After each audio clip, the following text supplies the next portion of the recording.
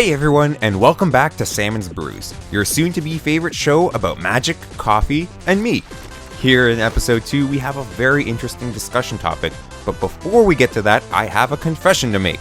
The first episode didn't have a single mention of coffee past the title, so before we get into things, I'm actually going to make up for that grievous error and get to the good stuff right away, this time with actual coffee, so let's get right into it. Here, I'd like to showcase the latest coffee I'm drinking. Not a sponsorship, by the way, I just love these guys. This is Midnight Oil, an extra dark roast from Catfish Coffee Roasters out in Edmonton, Alberta. I love all of their coffees, but especially this one. On a first whiff, it almost smells burnt, but as you take in more of the aroma, it slowly deepens into an incredibly rich and robust body with a mellow, smoky air, kind of like an open fire. Oddly enough, it doesn't have the heavy aftertaste that you'd associate with a dark roast, but instead, it keeps the rich and robust flavor going. I'd almost describe it as a dark roast in profile, but almost like a medium blend when you actually drink it. Anyways, it's so good and I love it. But now that the coffee's ready, let's get into today's topic. Hatsune Miku is coming to Magic the Gathering, being an upcoming Secret Lair drop this year on the 13th. Now, I won't claim to be the biggest Miku fan on the planet, however, I will be seeing her live a couple days after this drop goes live, and I can say that I'm a huge fan of not only her, but a ton of the artists that have put her in the spotlight, such as Deco27, Ryo Supercell, and of course, Anamanaguchi, just to name a few. And while I'm at it, go listen to Mick Gazer Volume 1 and you can thank me later. That just might be the best summer driving album of all time. But back to Magic. Let's go through each of the cards in the drop, evaluate them as both reprints and representation for Miku, then go over the drop as a whole. First up, we have Shelter, the 1 and a white instant that gives one of your creatures protection from the color of your choice until the end of the turn, and also cantrips. First printed in Odyssey, this protection spell is pretty good, and considering one of the later cards in the lair, it makes sense, but also considering that ever since God's Willing was printed, it sees little to no play outside of a certain commander deck. I'll get to it. I quite like the art for this one, but that's about all I enjoy for the card, unfortunately. Next, we have Chandra's Ignition, which they've renamed to Miku Spark, and it features the iconic Cherry Blossom Sakura Miku. Now, this is a good hit, as Chandra's Ignition was printed back in Magic Origins and hasn't been reprinted since then. Except it has. It was just reprinted in the Ixalan Dinosaur Commander deck, which is a shame because they could have put any other card in its place. But I guess that's just one of the few reasons why the precon is still commanding a hefty price tag. It's a shame because if this was the first reprint of the card, I would be all over it. The flavor is right, the theme is right. It's a huge card too, it's fantastic, but I feel like the hype for this card being reprinted has already come and gone. And I also think the name's a bit of a huge miss too, like this belongs in the bonus sheet for War of the Spark and it was Miku Spark they were fighting for all along. If this video gets 50 likes, I'll write and record a fixed version of the War of the Spark story where they're fighting for Miku Spark instead. The power's in your hands, people. Third up, we have Harmonize. This one has me the most conflicted because I really love the art.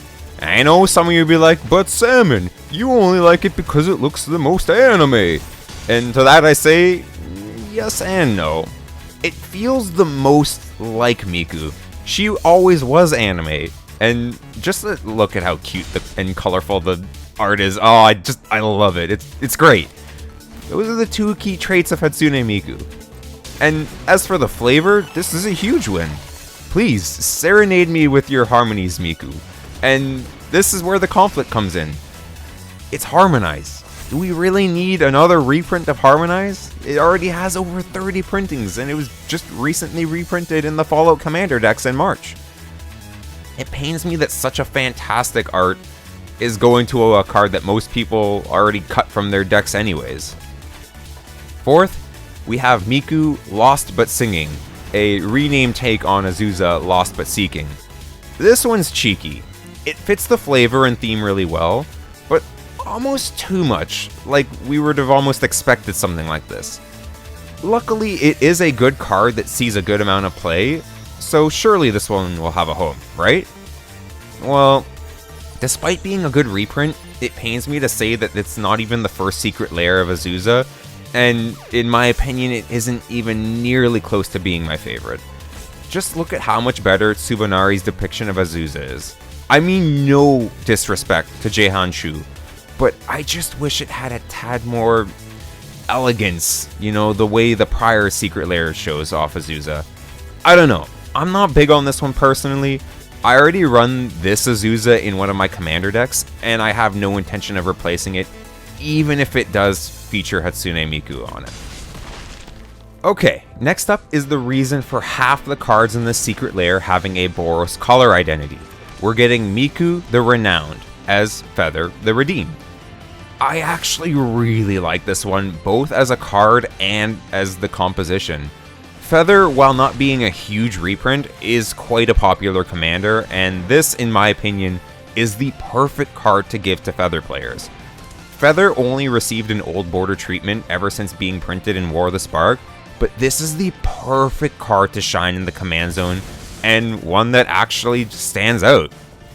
Heck, I'm almost tempted to put together just a budget Feather commander deck, just so I can have Hatsune Miku as the leader of my deck. Future episode ideas maybe? I'll mark this one down and come back to it later. Stay tuned and I'll see you for that one.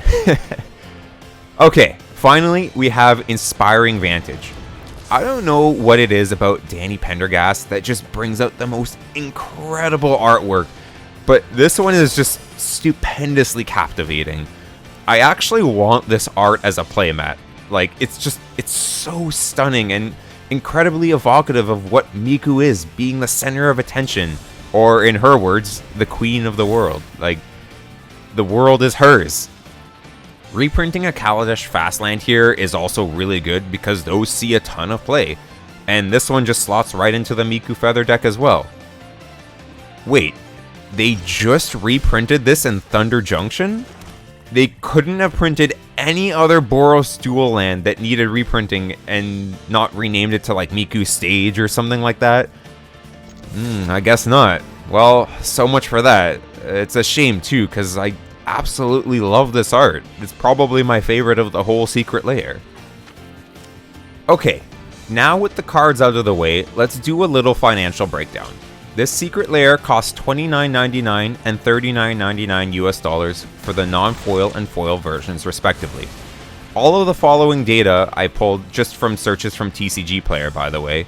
So if you were to buy each of the cards individually as of the week of recording this video, here's what you would be paying. For the non-foil versions, you could find all of them for roughly $13 to $14 US. For the foil versions, you could get all of them for around $24. Of course, it goes without saying that the major appeal of this Secret Lair isn't the stellar reprints, but the reality that you can have Hatsune Miku on your Magic the Gathering cards. The value for these cards is absolutely abysmal, mostly due to the entire lair having already been reprinted in some form or another, and almost recently as the most recent standard set. So that leaves the evaluation of whether or not you value the art and having Hatsune Miku Magic cards for $29.99 or $39.99. So let's talk about this a little more.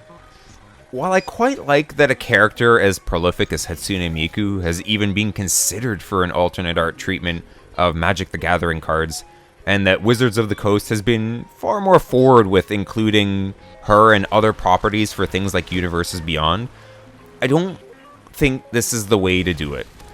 Now, while I don't agree with having mechanically unique cards for things like the Walking Dead Secret Lair is the way to go, nor is the now limited availability approach for Secret Lairs where there'll only be a few limited number of them available for each run to get them shipped out faster, as opposed to having them shipped out a bit slower but being available for like a whole month, is the best way to go. I had stuff like the Rebecca Gay Secret Lair take almost half a year to get to me, and I think even though I was a little upset at getting the cards late, I still got them.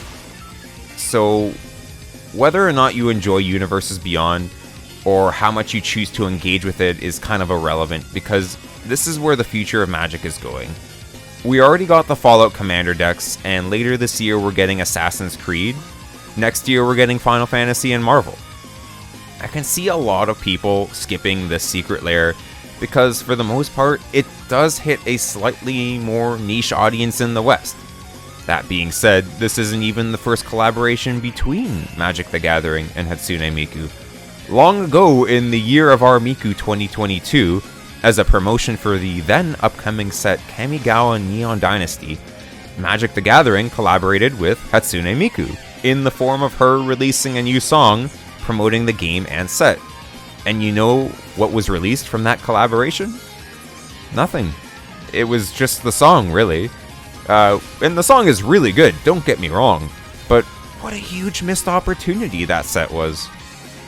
This in turn leads me to my next point, the big misses for the Secret Lair. I feel like overall the Secret Lair is a huge miss for what it could have potentially been.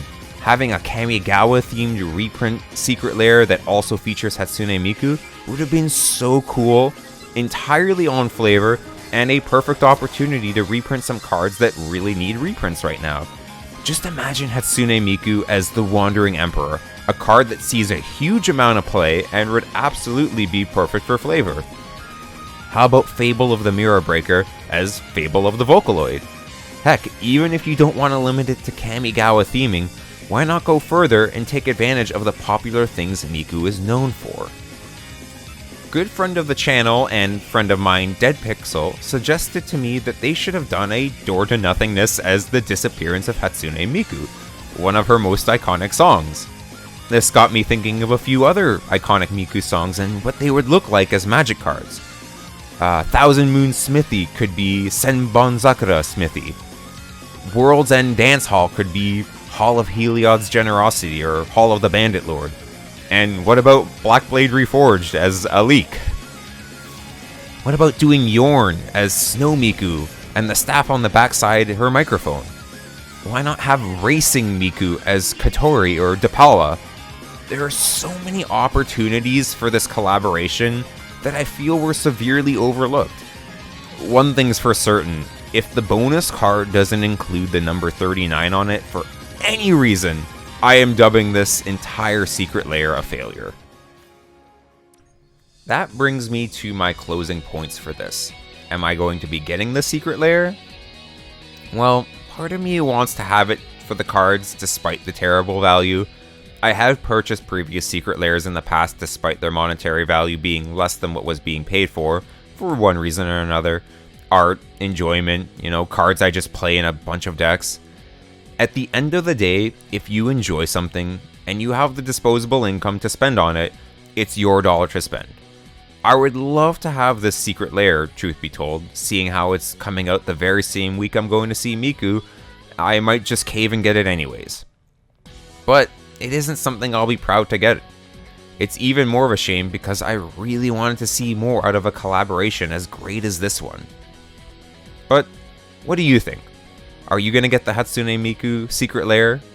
Hopefully, by the time I get this out, the rest of the Spring Super Drop has been revealed and I can get one of the bundles so I can get the Miku cards alongside some other, hopefully better reprints and other cool art cards. But that remains to be seen for now. My next deck tech is in the works and it's one for another one of my favorite decks. But I made you another video just like this where I'm talking in the meantime, where I just talk about Magic cards and what's going on until I get that one out. We'll see. Until next time, thank you for joining me on this little Miku-inspired episode of Salmon's Brews. I'll catch you all in the next one. And until then, stay safe and have yourselves a damn good one.